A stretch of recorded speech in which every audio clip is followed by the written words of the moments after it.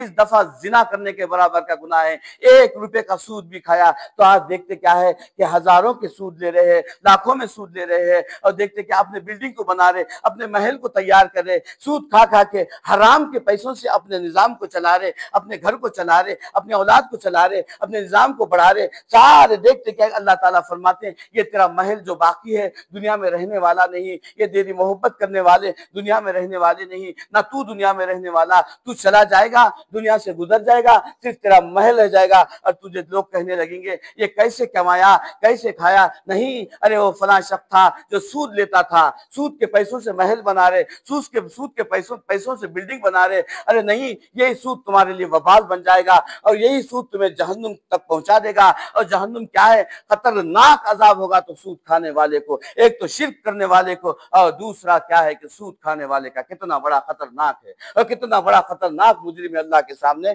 हम सूद को क्या समझते हैं, आसानी समझते, जाने दो ना, हम तो पैसे दे दिए, हमें उसका डबल आ रहा है, उसका उधर आ रहा है, हम उसका उधर खा रहे हैं, हम जिंदगी को चला रहे हैं, हमारा निजाम चल रहा है, हम पेट भरने के लिए ऐसा कर रहे। नहीं, जो दुनिया की जो मेहनत और मशक्कत का 1 रुपया होता, दुनिया का मेहनत और मशक्कत का 1 निवाला होता, वो 1 निवाला तेरा हक का होता, ये हक जन्नत तक पहुंचा देती है। और 1000 लुक़मे से बेहतर 1 लुक़मा तेरा मेहनत का अल्लाह को बहुत पसंद है।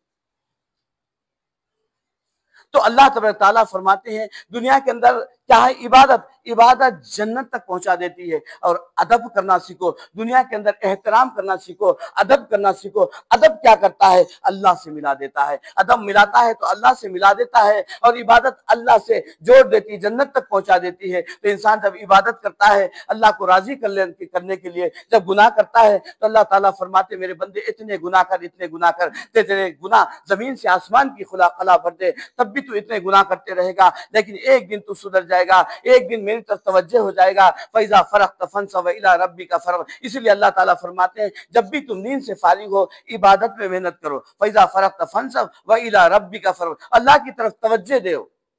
लेकिन हम अल्लाह की तरफ तवज्जो नहीं देते। लेकिन यहाँ पर क्या है, एक तो इबादत जन्नत तक पहुंचा देती, अदब अल्लाह तक पहुंचा देता। अदब इंसान को करना चाहिए, हर इमाम का एहतराम करना चाहिए, इमामों का एहतराम करना चाहिए, इमामों का अदब करना चाहिए, माँ बाप का एहतराम करना चाहिए, माँ बाप का अदब करना चाहिए। हर छोटे बड़ा अपने अपने अदब के दायरे में रहकर उसका अदब करना सीखे। जब अदब करने वाला बन जाता तो इबादत करने वाला भी बन जाएगा। जब अदब करना सीख लेगा तो अल्लाह के करीब हो जाएगा। अल्लाह अदब करने वालों को बहुत पसंद करता है। अदब से ही ईमान आता है, अदब से ही इस्लाम बढ़ता है, अदब से ही जन्नत मिलती है, अदब से ही अल्लाह मिलता है। तो अदब करना सीख लो। हर छोटा बड़ा एक दूसरे की खामियां निकालने की बजाय बल्कि उसकी खामियों पे पर्दा डालकर उसका अदब करना सीखो। तो अदब क्या है, अल्लाह से मिला देता है। अदब करने वाले को अल्लाह जुड़ जाता है। अल्लाह ताला फरमाते हैं ये बंदा दुनिया के अंदर अदब और एहतराम की जिंदगी गुजारा, आज वो अदब किया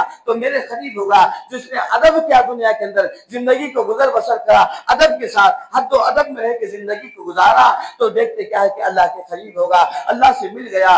लेकिन जो इबादत करता रहा तो देखते क्या है कि इबादत करने से जन्नत मिल गई। तो इबादत करो, अदब के दायरे में रह के करो। अल्लाह का कर्म हासिल करने के लिए अदब करना चाहिए, मस्जिदों का अदब करना चाहिए, इमामों का अदब करना चाहिए, हर माँ बाप का अदब करना चाहिए, हर उस्ताद का अदब करना चाहिए, हर रिश्तेदार अकारीब बड़े छोटों का अदब करना चाहिए। यही अदब अल्लाह से मिला देता है। जब अल्लाह से तुम्हें अदब मिला देता है तो यही अदब तुम्हें जन्नत के दायरे में लेके चले जाता है। तो अदब करना सीख ले। ये हम लोगों की ग़ीबतें करते हैं, चुगलियां करते हैं और अनाज शनाज बकते हैं, लोगों का एहतराम करने की बजाय उनकी बेइज्जती करते हैं। अल्लाह तआला लोगों की बेइज्जती करने वालों को पसंद नहीं करता, लोगों की ग़ीबत करने वालों को पसंद नहीं करता। तो इंसान किसी की ग़ीबत करता है तो क्या है, क्या गुनाह है उसका। जब इंसान के पीछे ग़ीबत करता है तो एक मरे हुए भाई का गोश्त खाने के बराबर है। हम इसको नहीं समझते गुनाह, बल्कि देखते क्या है कि किसी के बारे में अनाज शनाज बोल देते हैं, किसी के बारे में ग़ीबत कर देते हैं तो अपने आप को बहुत बड़ा समझते हैं, बहुत बड़ा तीसवार खान समझते हैं।